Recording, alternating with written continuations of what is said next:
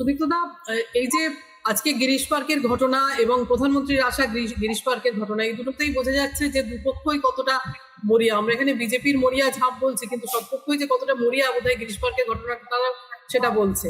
এবং আমরা এই যে আজকে বক্তব্য রাখতে দেখলাম অনেকেই, আপনি মিঠুন চক্রবর্তীর বক্তব্য বলবেন সম্পর্কে বলবেন, সেটাই আমি একটু যোগ করি। মুখ্যমন্ত্রী এক ধরনের মন্তব্য করলেন, দায়িত্ব জ্ঞানহীন একটি কমিউনিটি, 1 মিনিটের মধ্যে তারা একজোট হয়ে যাবে। এবং মিঠুন চক্রবর্তী আজ মন্তব্য করলেন যে পুলিশ যদি নিরপেক্ষ থাকে 30 সেকেন্ডে খেল খতম করে দেবে। না, প্রাইম মিনিস্টারও তো নরেন্দ্র মোদীও ওটা নিয়ে মন্তব্য করেছে। মমতা বোধহয় পরশুদিন বলেছিলেন কথাটা, যে কোনো কারণে হোক কথাটা মিডিয়াতে পরের দিন কেউ ক্যারিড হয়নি, কিন্তু আমি দেখেছি সেটা উনি যে বলেছেন। খুবই আপত্তিকর কথা, অত্যন্ত আপত্তিকর কথা।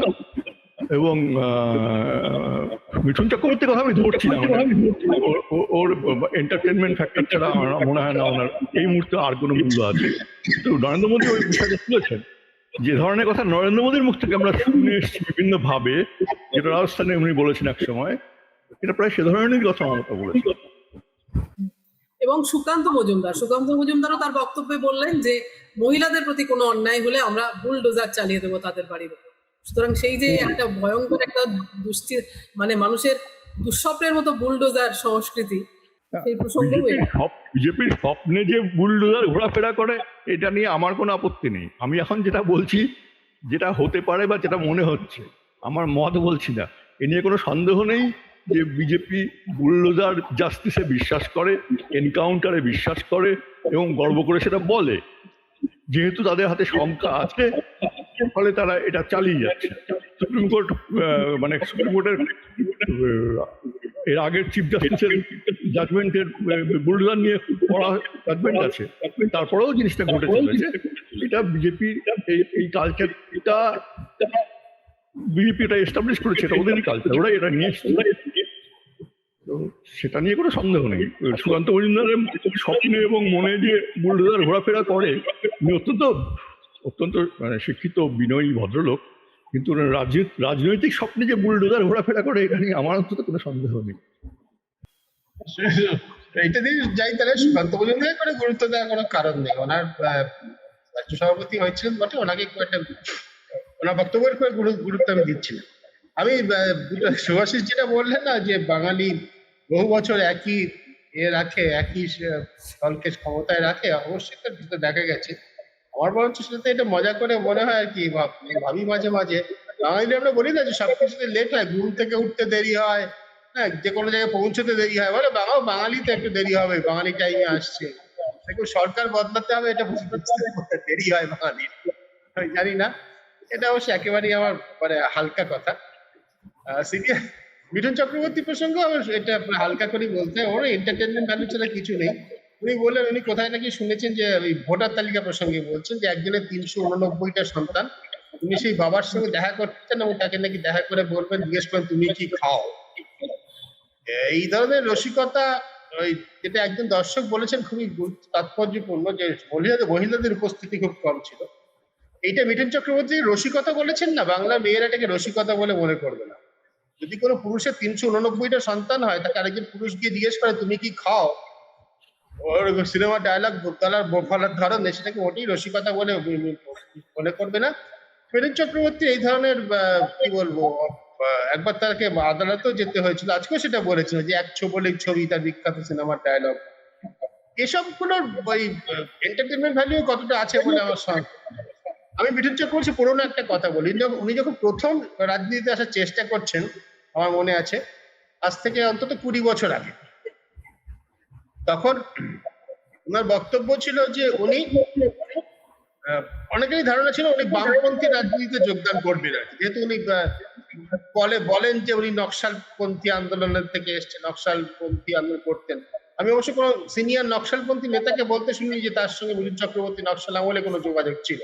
মিঠুন কবে আন্দোলন করতেন, কোথায় ছিলেন, কোন দলের সঙ্গে ছিলেন, পার্থ বা এই বিষয়ে যারা খোঁজ খবর রাখে তারা বলতে পারবে। আমি কোন সিনিয়র নকশাল নেতাকে আমি ইন্টারভিউ করেছি, তাদের সঙ্গে যোগাযোগ ছিল, কেউ আজিজুল হকের মতো কেউ মারাও গেছেন, আমি কারো কাছে শুনিনি যে মিঠুন চক্রবর্তী কেউ ছিলেন না। কেউ থাকতেও পারেন, আমি না বলছি না, তারা কেউ আমাকে কোনোদিন বলেন। মিঠুন চক্রবর্তী যখন প্রথম রাজনীতিতে আসার চেষ্টা করছেন তখন তিনি জ্যোতি বসুকে জ্যোতি আঙ্কেল বলতেন, কিন্তু সাংবাদিকদের সেটা কই বলতেন। এটা আমার প্রথম শোনা, আমি জ্যোতি বসুকে আমি জ্যোতি আঙ্কেল বলতে শুনি, সবাই জ্যোতি বাবুই বলতেন। মিঠুন চক্রবর্তী আমাদের সাংবাদিকদের বলেছিলেন আমার যে জ্যোতি আঙ্কেলকে উনি বলেছিলেন যে উনি পলিটিক্সে আসতে চান, সুভাষ চক্রবর্তীর মাধ্যমেই যোগাযোগ করেন। দেখা গেল যে সিপিএম খুব একটা আগ্রহ দেখাচ্ছে না, তখন তিনি কিছুদিন পরে কলকাতায় এসে বলেছিলেন, অবশ্য আমি তৃণমূলেও যোগদান, তখন তৃণমূল দলটা গঠন হয়ে গেছে, আমি তৃণমূলেও আসতে পারি। মানে ওরা রাজনীতিতে আসাটা দরকার ছিল, সিপিএম হোক বা তৃণমূল হোক তাতে খুব একটা কিছু যায় আসে না। এটা অনেকটা বাবুল সুপ্রিয়র মতো কেস বলতে পারো আর কি, যে একবারই বাবা রামদেবের পাশে প্লেনে বসে বিজেপিতে জয়েন করলেন, তারপর এখন তিনি আবার দল বদল করে তৃণমূলে এসে তৃণমূলের মন্ত্রী হয়ে আবার রাজ্যসভায় যাচ্ছে। এদের এই বাবুল সুপ্রিয় বা মিঠুন চক্রবর্তীর মতো লোকেদের রাজনীতি নিয়ে যা কিছু বলেন টলেন করে সিরিয়াস নেওয়ার কোনো কারণ নেই। আমি অন্য একটা অনাচার যেটা নরেন্দ্র মোদী ধারাবাহিকভাবে করে চলেছেন সেটার দিকে একটু দৃষ্টি আকর্ষণ করতে চাই দর্শক। এটা আমরা ধারাবাহিকভাবে দেখছি, পশ্চিমবঙ্গে দেখছি, অন্য রাজ্যেও দেখছি। আজকে কিন্তু নরেন্দ্র মোদীর দুটি অনুষ্ঠান ছিল, একটি হচ্ছে তথাকথিত সরকারি অনুষ্ঠান, যেখানে তিনি মিনিট দশেক মতো ছিলেন।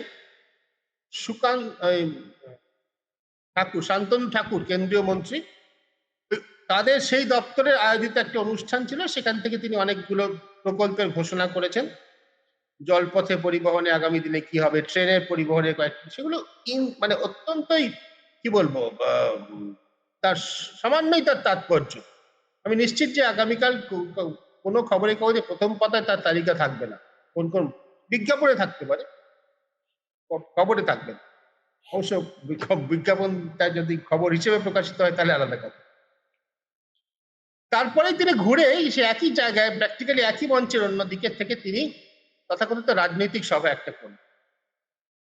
বিজেপির পয়সার কোনো অভাব নেই, কত হাজার কোটি টাকা প্রধানমন্ত্রী সফরে খরচ হয়, তার হিসেব প্রত্যেক বছর নানা রকম হিসেব নানা জায়গা থেকে।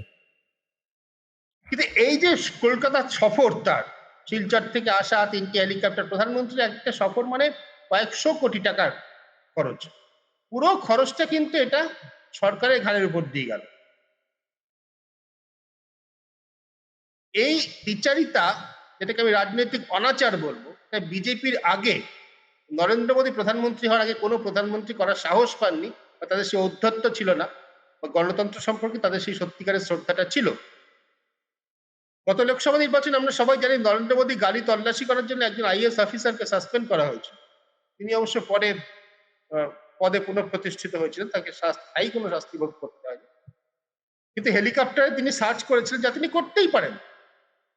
রাজনৈতিক প্রচারে যখন ভোট ঘোষণা হয়ে যায়, যে কোনো প্রার্থী প্রচারে যারা আসছেন তাদের যানবাহন, হেলিকপ্টার হোক, নৌকো হোক, ডিঙি নৌকা হোক, জিপ গাড়ি হোক, সবই সার্চ করা, তো সেটা করার জন্য তাকে অপ্রতিষ্ঠিত সাসপেন্ড করা হচ্ছে। এই যে সরকারকে সঙ্গে রাজনৈতিক দলকে এক করে ফেলা, এবং আমি রাজনৈতিক দলের নেতা মানে আমি সরকারের মালিক কথাটা আমি ব্যবহার করছি, ট্রাস্টি না, করছি না, মালিক, ওনার। এই ভারতীয় রাজনীতিতে এই কলুষটা বিজেপি তীব্রভাবে ঢুকিয়েছে, এবং অন্য রাজনৈতিক দলগুলো ছোটখাটো তাদের ক্ষমতা মতো বিভিন্ন রাজ্যে অনুসরণ করার চেষ্টা করছে। অথচ এইটা নিয়ে আমরা কেউ কথাই বলি না, আমরা কেউ এটা আলোচনাই করি না। আগে তো কখনো এরকম হতো না, একটা রাজনৈতিক মঞ্চ তারই অন্যদিকে, এটা অনেকটাই আমার বাড়ি, আমার একবার মানে আমি এইদিকে মুখ করে একবার একটা সভা করলাম, তারপর অন্যদিকে ঘুরে গিয়ে আবার আরেকটা সভা করলাম। আমরা কেউ এটাকে এখন প্রধানমন্ত্রী ছাড়া অন্য কেউ করলে এটাকে ফাজলামও বলা হতো। মাননীয় প্রধানমন্ত্রী সম্পর্কে এরকম শব্দ সাধারণত কেউ ব্যবহার করেন না। এইগুলো এমন ভাবে আমাদের সিস্টেমের মধ্যে ঢুকিয়ে দেওয়া হচ্ছে, এবং নির্বাচন কমিশন তারা এমন ভাবে এগুলো বছরের পর বছর মেনে নিচ্ছে, যে একজন নাগরিক হিসেবে এবং গত 4 দশক ধরে পলিটিক্স কভার করা একজন সাংবাদিক হিসেবে আমার লজ্জা বোধ হয়, এবং ভারতের গণতন্ত্র সম্পর্কে আশঙ্কা হয়, যে গণতন্ত্র আমরা অভ্যস্ত হয়েছি, যে যাতে আমরা বড় হয়েছি, গণতন্ত্র আমাদের সেভাবে আদৌ টিকে থাকবে কি না। ধারাবাহিকভাবে তাকে যেভাবে সর্বোচ্চ নেতৃত্ব, একটা কথা এখানে এসেছে, প্রাপ্ত বলেছে, সাংবিধানিক প্রতিষ্ঠানগুলোকে যেভাবে ধ্বংস করা হচ্ছে। আজকে এখনো পর্যন্ত ভোট ঘোষণা হয়নি, কিন্তু প্রত্যেকবার আমরা প্রত্যেক রাজ্যে জানি প্রধানমন্ত্রী গিয়ে কিছু ঘোষণা করার পর তারপর ভোট ঘোষণা করা। আমাদের নিশ্চয়ই মনে আছে বছর 3 আগে, 2 বছর হয় প্রায়, একই সঙ্গে গুজরাট এবং হিমাচল প্রদেশে ভোট ছিল। সাধারণত এই দুটো রাজ্যে একই সঙ্গে ভোট হয় এবং একই সঙ্গে ভোট ঘোষণা হয়। কিন্তু একটি রাজ্যে প্রধানমন্ত্রী কিছু প্রকল্প ঘোষণা করা বাকি বলে এবং তিনি সময় পাচ্ছিলেন না বলে 9 দিন পরে ভোট ঘোষণা করা হয়। নির্বাচন কমিশন যদি নির্লজ্জ তাবেদারি করে কেন্দ্রের শাসক দলের, তাহলে এই গণতান্ত্রিক প্রতিষ্ঠান, এই ব্যবস্থা সব দিক থেকেই ধ্বংস হতে বাধ্য। মমতা ব্যানার্জি অত্যন্ত আপত্তিকর নিন্দনীয় কথাটা বলেছেন। এখানেও বাংলা সংবাদ মাধ্যম তার অনুগত বলে সেটা খবরের কাগজে ছাপা হয়নি, যেটা সুভাষিত করলো, কিন্তু লোকমুখে তো আজকাল কোনো কিছু অজানা থাকে না। মমতা ব্যানার্জি যে কথা বলেছেন আর নরেন্দ্র মোদী যে কাজ করছেন, এগুলো মোটামুটি একই ধরনের, একই স্তরের বিষয়। সাধ্য কম, রাজ্য সরকারের ছোট আকারে, তাই এখানে ব্যাপারটা ছোট আকারে হয়। কিন্তু সর্বোচ্চ পদে থেকে, সর্বোচ্চ সাংবিধানিক পদে থেকে প্রাতিষ্ঠানিকভাবে সমস্ত সাংবিধানিক ব্যবস্থাকে ধ্বংস করার যে খেলা বিজেপি করছে, এই একই সঙ্গে একটা রাজনৈতিক অনুষ্ঠান, একটা সাংস্কৃতিক সরকারি অনুষ্ঠান, এটা হচ্ছে তারই একটা ম্যানিফেস্টেশন।